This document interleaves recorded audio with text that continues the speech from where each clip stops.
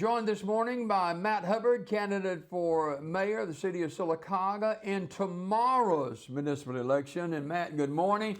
24 hours from now, the voting starts. How's the feeling this morning? Yeah, well, good morning, Jimmy Dale. It's exciting. It's you experience something for the first time, and I reckon there's a little bit of nerves mixed in with that excitement, but it's probably 99.9% excitement right now, and just looking forward to it. You know, we're talking off air that your first TV interview was here. Your final TV interview is here. Yeah. You've done everything you know to do. Yes. Now then, the rest is up to the voting public. That's right, Jimmy Dale. You know the old expression, the hay's in the barn, so it's just a matter of getting out and getting our people out and getting to the polls and everything tomorrow.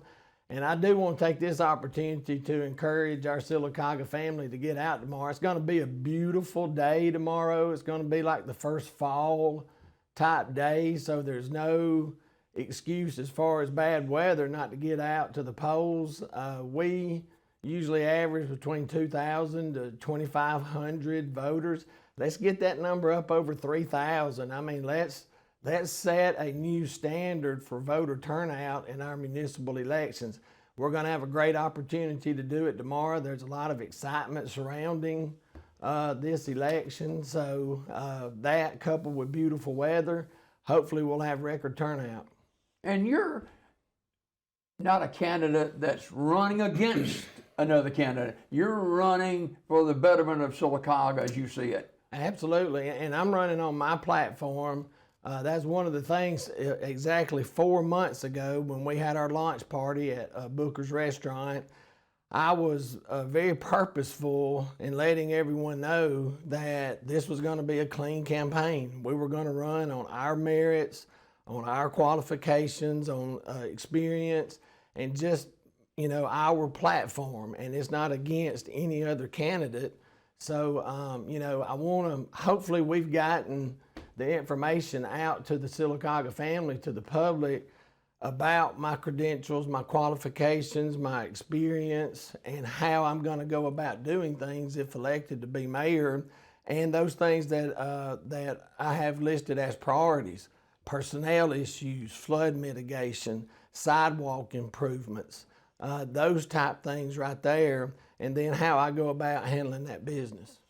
For those who may need a refresher course as they get set to go to the polls open tomorrow at 7 and close tomorrow night at 7 p.m. A little bit more refresher course about Matt Hubbard, and how did all this get started, Matt?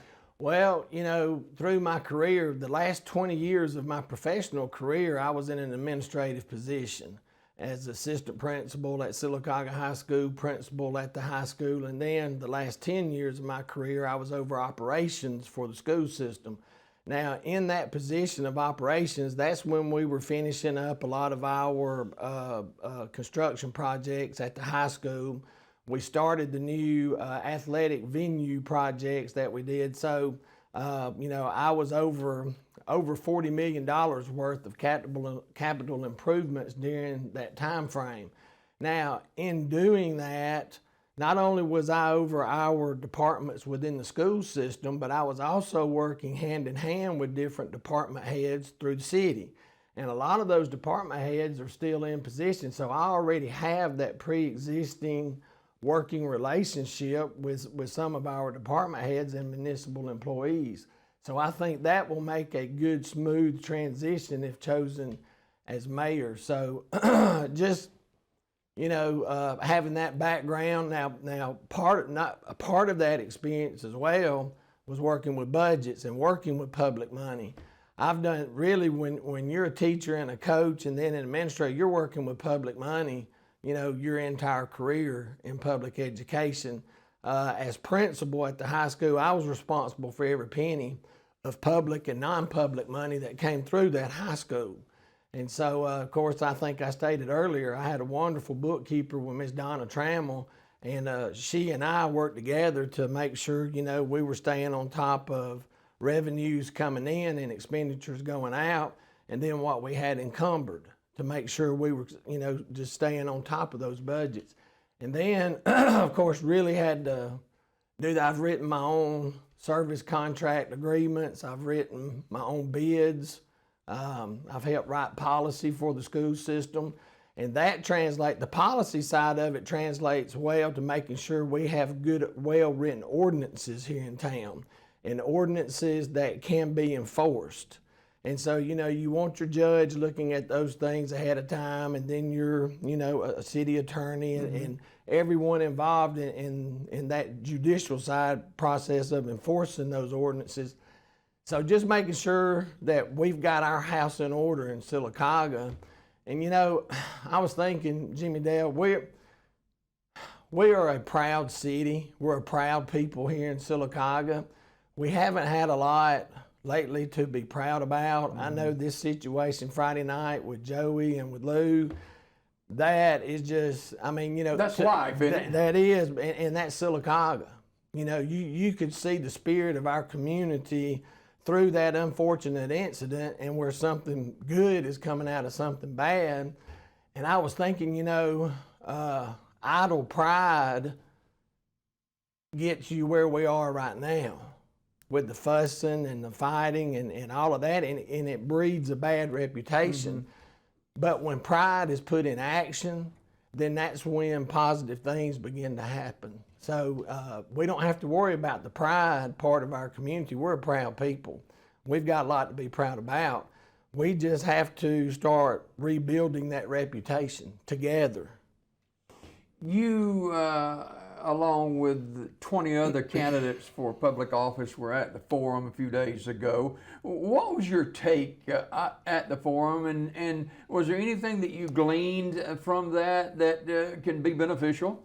Yeah, there was a lot of positive that came from that. One, just the turnout for the forum itself. Sitting on that stage and looking out across the crowd, it was a packed house. Yeah. So, and of course, you and Bruce, y'all moderated that for us, and everything went really well. And part of my speech to the community, or the group that was there, because it was streamed live as well. I wanted to make sure that I thanked everyone on stage for having the courage and the love of Sylacauga to run for public office, and because it's not for the thin-skinned or the light-hearted. No, the weak of heart, is it? No, not at all. So I heard some good things in those speeches. I think you've got some people, some really good choices in each district and for mayor. So I'm glad to see that. I know there's cities across the state of Alabama, and the nation for that matter, where they're really just, begging people to even want to be a part of, public government and so forth. But that's not the case right here. I think people see that there is a need, and they're stepping up wanting to address that need. And so I know through this process, depending on how things turn out, I've met a lot of people, if not chosen. If I'm chosen as mayor, they may not be chosen. They have some good attributes and qualities to contribute to our city. It may be through a board, it may be through a committee or something like that, but I see some good leadership in our candidates. If elected mayor tomorrow, how are you going to address the, for lack of a better term, the yeah-yan that continues to come out of City Hall? Well, and I've said this all along, and I want to make sure that I'm clear to our Sylacauga family out here. We do have a second floor at City Hall, and we have a first floor, of course. But if I'm chosen as mayor, we're going to have one City Hall. That it will be City Hall again. It won't be upstairs versus downstairs. And so it's just a matter of going in. I have a relational style of leadership. It's going in. I already have a lot of relationships already with department heads and employees already, so that's going to help.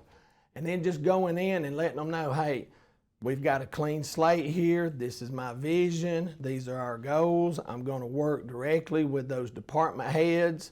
I'm going to work with those municipal employees, but I'm going to give those department heads that autonomy to be a leader and to prove that they can lead, their respective department. Of course, I'll work with those department heads with personnel matters, with budgets, helping get those budgets where they need to be, working on efficiencies within those departments, whatever those efficiencies may be within each department. And when employees, when people see that the leader is putting the time and effort into riding the ship, naturally you want to be part of that. People want to be a part of something bigger than themselves. They want to be a part of a family, part of a team, and that's the type of atmosphere that I will create as leader. I did it at Sylacauga High School. Our motto, it's still the motto for the entire school system now, is "We are family." And we would play that song, "We Are Family," at the beginning of faculty meetings as well. So we would just reinforce it. So employees and department heads could look forward to that type of leadership. I will be engaged and we will start getting things handled properly. Well, who is Matt Hubbard as a leader? Well, just that relational leader. Someone that if you, I don't know if some of your viewers may have been part of my professional family or worked with me or so forth, but I think if you speak to people who have worked closely with me or under my leadership will tell you that I think the most commonly used phrase is fair. He's fair. He's going to listen to everything involved in the situation. He's going to make fair decisions. And he's going to make decisions that, keep us moving forward in a positive manner. I never correct people in public. Correction takes place behind doors privately. And most of the correction that I give employees is not negative. It's usually encouragement in the form of, okay, this is what I'm seeing. This is, and this is what we would like to see. This is how you can, achieve this. These are some, avenues here, strategies that you can use to get where we need you to be. So it's more of a supportive type leadership, not a gotcha type leadership. And it builds that trust with that particular employee that you're dealing with. Matt Hubbard, our guest, as we get ready to vote on Tuesday. Matt, a candidate for the mayorship in the city of Sylacauga. Your first attempt at political, your political realm, and it's a little bit different, isn't it? It is. It's, and I want to take this opportunity too, Jimmy Dale, to thank everyone. I did it at the forum and just thank our Sylacauga family, our Sylacauga community, because y'all allowed the Matt Hubbard for Mayor campaign to come and knock on your doors and stand in those doorways and have those meaningful conversations about our great city. And that just meant the world to me. And I'll be honest with you, I'm not a pessimistic type person or anything, but I'm more of a realistic type, optimistic realist. And I went into this expecting to have some negative interactions, maybe 1, 2, 3. I didn't know. There's 4,500 doors in Sylacauga to knock on as a politician. We hit roughly 3,300 of those doors, and I apologize if you're part of that 1,200 that we didn't get to. It wasn't due to a lack of effort or not wanting to. It's just a matter of timing and it being my first time to ever do this. But we had 0 negative interactions, and that's throughout our city. And we went places that other candidates would not go, even within their own district. And we knocked on those doors, and we kept getting positive feedback, positive response everywhere we went. And I just can't thank Sylacauga enough for allowing us to do that, and allowing us to run a positive and a clean campaign. There's been a few outside agitators who can't even vote in Sylacauga on social media try to muddy the water, but say, look, I'm proud of y'all, Sylacauga, because y'all seen through that, and you've risen above that, if you will. So Very proud of y'all and want to brag on y'all. One of the topics that you've touched on, and it's been touched on by other candidates and at the forum as well, violence and crime in our city and support of our police and fire department. Speak to that today. Well, my support of public safety officials is without question for our police department, for our fire, our EMTs, and any public safety. I'm behind 110%. Now, I will reflect back to my days as a leader in the school system, because in the public school system, it's just a microcosm of your community, okay? It's like a smaller snapshot of your community. And the 10 years that I was in leadership at Sylacauga High School, I remember Tommy Porch and I, that was back when gangs were beginning to be something in public schools, and Tommy and I worked together and with our folks at the central office and our police chiefs and so forth to make sure that we did not allow that element into the high school. And at that time we had an alternative school as well. So we used those policies in place and procedures to make sure we kept that high school safe. Well, it's the same way, just on a macro scale now within your community, making sure that, those ordinances, that we're following those ordinances, that our police are supported in what they do as far as keeping our public safe. Now, the 5 years that I was principal, we had one school year, I believe, where we just had like 3 fights total the whole school year. And that we took that to heart. I don't think we ever had more than 5 fights in 1 year. And that's saying a lot when you had close to 700 teenagers. Yeah. And so it's all in how you do. You have to know where your hot spots are. Just like at that high school, you've got hot spots, say where buses load and unload, the lunchroom, wherever you have mass gatherings, when the bell rings and kids are transitioning in the hallways with one another. You have to have supervision. And if you have good supervision in that school, then the incidents are lowered, okay? Because the kids know, hey, there's going to be an adult here, and if we get caught doing A, B, C, or D, we will be held accountable. Now that's micro. Put it on macro to the community. We know we have hot spots in our community. Chief Muse knows that. So what do? You increase supervision in those hot spots. Now, one hot spot is usually around where you find homeless encampments, because within that homeless community, not all homeless people, so I don't want to say all, but you can find individuals who are maybe chemically dependent, and those individuals are more likely to go break in someone's home, looking for something quick that they can, get cash for, something like that. Well, if that's the case, then what you do is you make sure that you've got ordinances in place and procedures in place to not even allow those encampments to be created in the first place.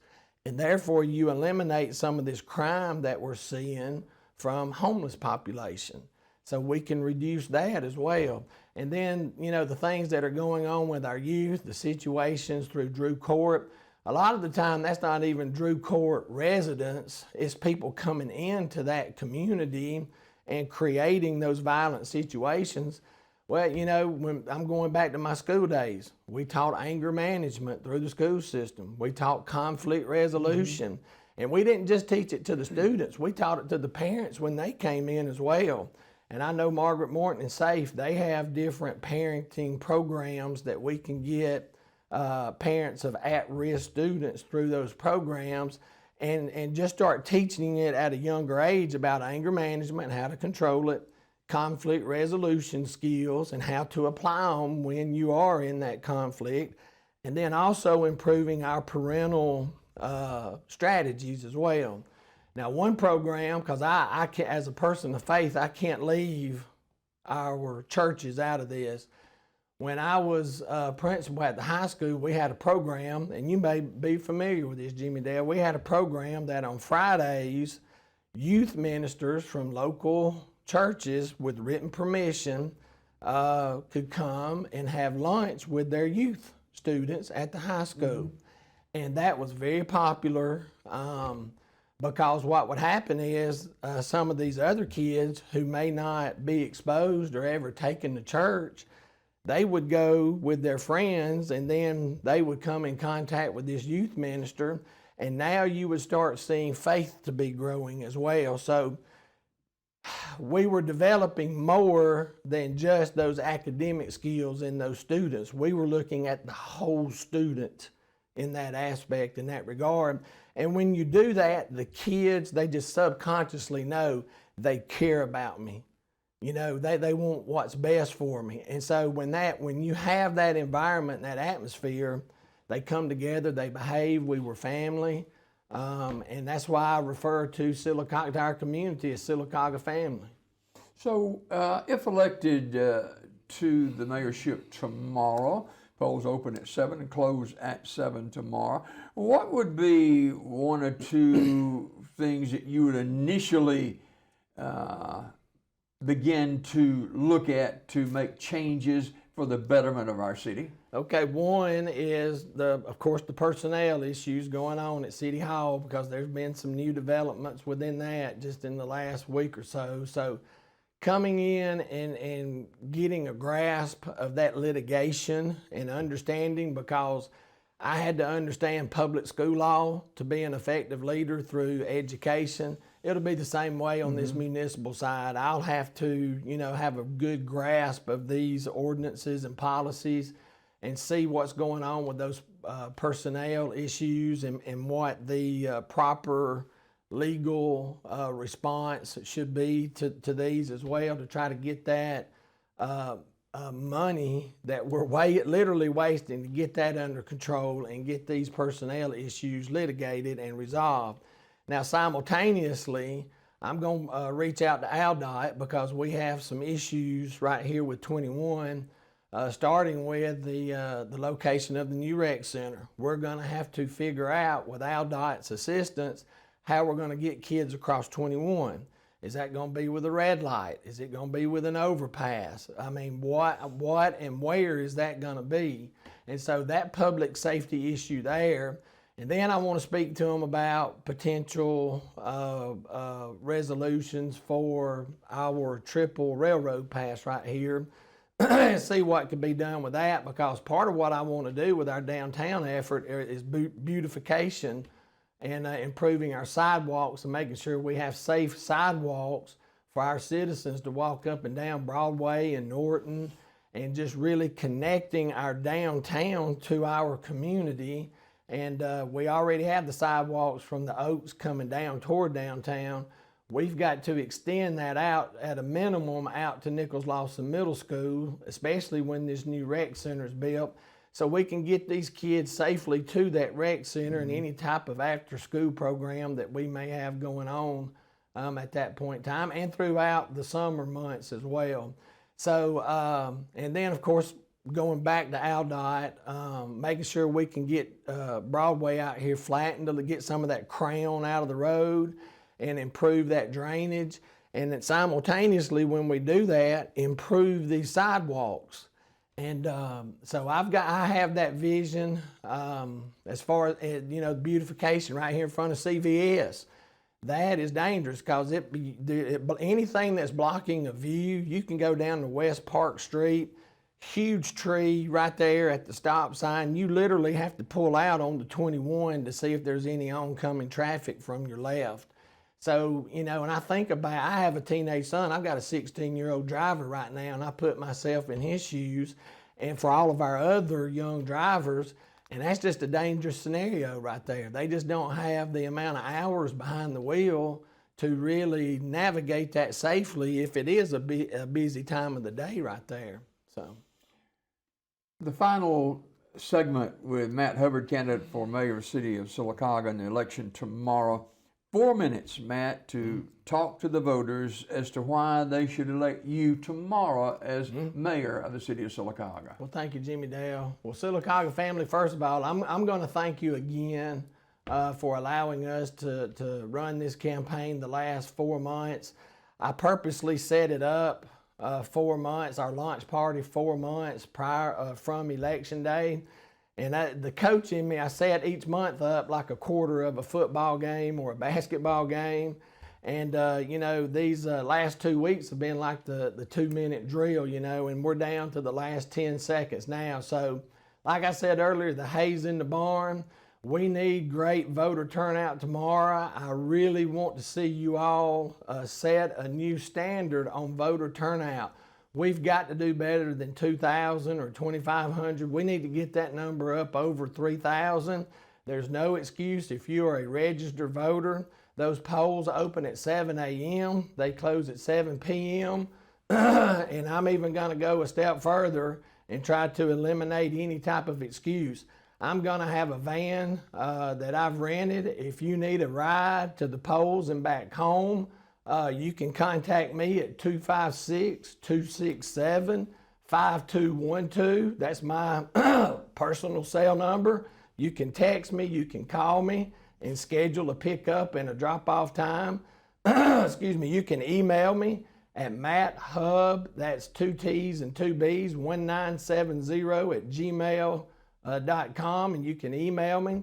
You can also contact me through our website. That's matthubbardformayor.com website, and you can communicate with me directly through there. Or you can contact me through Facebook at our Matt Hubbard for Mayor Facebook page. You can message me there. I'll be monitoring all that today, and you can just share with us your address, what time you'd like to be picked up. We'll get you to the polls and we'll get you back home safely. We're going to be going around to different apartments, coming through the housing authority as well. So if you need a ride personally, or if you know someone who needs a ride and who wants to vote, let us know and we will get you to the polls and back home safely. Excuse me.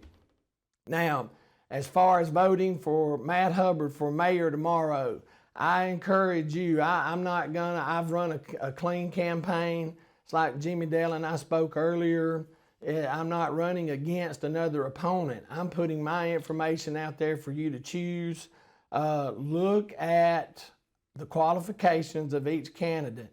Look at each of our experience. Look at look at how that experience correlates or transitions to the mayor's office. And I think if you look at that and you put your discernment to it, then hopefully the wise choice, or that you come to a conclusion that Matt Hubbard should be your vote for mayor of our great city. And that's my hope and wish. I wish everyone well, safe travels back and forth to the polls, and just come out tomorrow and vote for your candidate of choice tomorrow. And I hope that's Matt Hubbard for mayor. Matt, thanks a lot. Congratulations. Thank you, Jimmy. Thank you for watching. We'll see you again next time.